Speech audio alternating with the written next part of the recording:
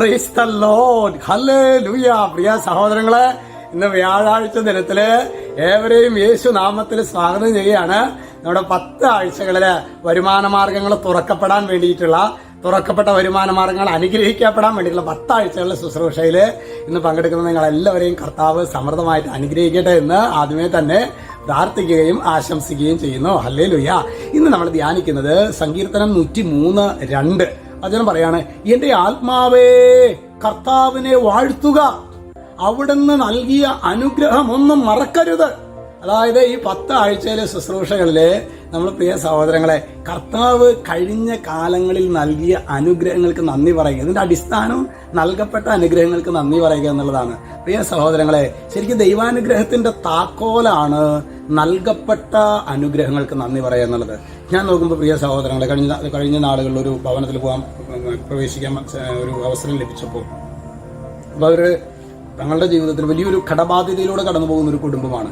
അവരെപ്പോഴും പറയാം, എന്നാലും ഞങ്ങൾക്ക് ഈ ഗതി വന്നു, എന്നാലും ഞങ്ങൾക്ക് ഈ ഗതി വന്നു, അങ്ങനെ ആവർത്തിച്ചുകൊണ്ടിരിക്കുകയാണ്. അവരോട് പറഞ്ഞു, അതായത് ശരിയാണ്, ഇന്ന് ഒരു വലിയ വേദനയിലൂടെയാണ് നമ്മൾ കടന്നു പോകുന്നതെങ്കിലും പ്രിയ സഹോദരങ്ങളെ, നിങ്ങളുടെ ആരോഗ്യം, അപ്പൻ, അമ്മ, അപ്പാപ്പൻ, അമ്മാമ, അവരൊറ്റ ആളുകൾ.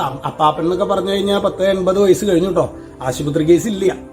അത് ആരോഗ്യമായിക്കോട്ടെ, കുട്ടികൾക്ക് നല്ല ഓർമ്മശക്തി, ബുദ്ധി, കാര്യങ്ങൾ, പഠന മികവ്, അങ്ങനെ നോക്കുമ്പോൾ നല്ല ബന്ധങ്ങള്, ഇങ്ങനെ നോക്കുമ്പോൾ ഒരുപാട് അനുഗ്രഹങ്ങൾ ഒരു ഭാഗത്തുണ്ട്. മറുഭാഗത്ത് ഒരു വേദനയുണ്ട്, സാമ്പത്തികമായിട്ടൊക്കെ ബുദ്ധിമുട്ടുള്ള ഒരു കുടുംബം എന്നുള്ളൊരു വേദനയുണ്ട്. പക്ഷെ പ്രിയ സഹോദരങ്ങളെ, നമുക്ക് അപ്പോൾ ഇങ്ങനെ ഒരു ബുദ്ധിമുട്ടുണ്ടെങ്കിൽ നമ്മുടെ സാധാരണ രീതിയിൽ പിശാച് ഒരു കാര്യം ചെയ്യുന്നതെന്നറിയാവോ, നമ്മളെ ശരിക്ക് ആ ഒരു കുറവ് എന്താണോ അത് മാത്രം ഹൈലൈറ്റ് ചെയ്യും.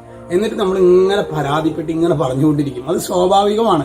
എന്നാൽ പ്രിയ സഹോദരങ്ങളെ, ഞാൻ അവരോട് പറഞ്ഞു, പ്രിയ ദൈവമക്കളെ, നിങ്ങളുടെ ജീവിതത്തിൽ ദൈവം നൽകിയ അനുഗ്രഹങ്ങളെ ആവർത്തിച്ച് പറഞ്ഞ് ആരാധിക്കുക. അപ്പൊ എന്തുണ്ടാകും?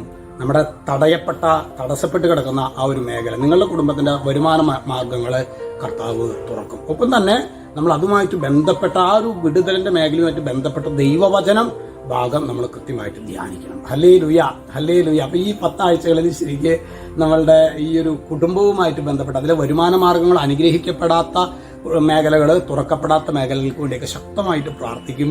അത് വലിയൊരു വിടുതലായിട്ട് കർത്താവ് തീർക്കുന്നു. അനേകം കുടുംബങ്ങളിൽ കഴിഞ്ഞ ദിവസം അച്ഛൻ പറഞ്ഞില്ലേ, അതായത് ഒരു സഹോദരി അച്ഛനോട് പറഞ്ഞ കാര്യം വ്യക്തിപരമായിട്ട് പങ്കുവെച്ചത്, അത് കോമൺ ആയിട്ടൊന്നും പലതും പങ്കുവെക്കാൻ പറ്റില്ല. അതുപോലെ ദൈവം പ്രകടമായ വിധത്തില് ദൈവം നിങ്ങളുടെ കുരുക്കുകൾ അഴിക്കുന്നത് അച്ഛൻ ആത്മാവിൽ കാണുകയാണ്. അപ്പൊ 1ാമത്തെ ആഴ്ചയിലെ ശുശ്രൂഷയാണെന്ന്. ഈശോ നിങ്ങൾ എല്ലാവരെയും അനുഗ്രഹിക്കട്ടെ. നിങ്ങൾക്ക് വരാൻ പറ്റിയെങ്കിൽ എവിടെയാണെങ്കിലും നിങ്ങൾ ആ സമയത്ത് സമ്പൂർണ്ണ ജപമാലയ്ക്ക് ചെല്ലി ഇന്ന് പ്രഭാതത്തിൽ പരിശുദ്ധ കുർബാന അർപ്പിച്ച് ഈശോയെ സ്വീകരിച്ചിട്ടുണ്ടാവല്ലോ. നിങ്ങളുടെ പ്രാർത്ഥനാ കൂട്ടായ്മയിലായിരിക്കണം കേട്ടോ. ഈശോ നിങ്ങൾ എല്ലാവരെയും അനുഗ്രഹിക്കട്ടെ, ഇപ്പോഴും എപ്പോഴും എന്നേക്കും. ആമേൻ.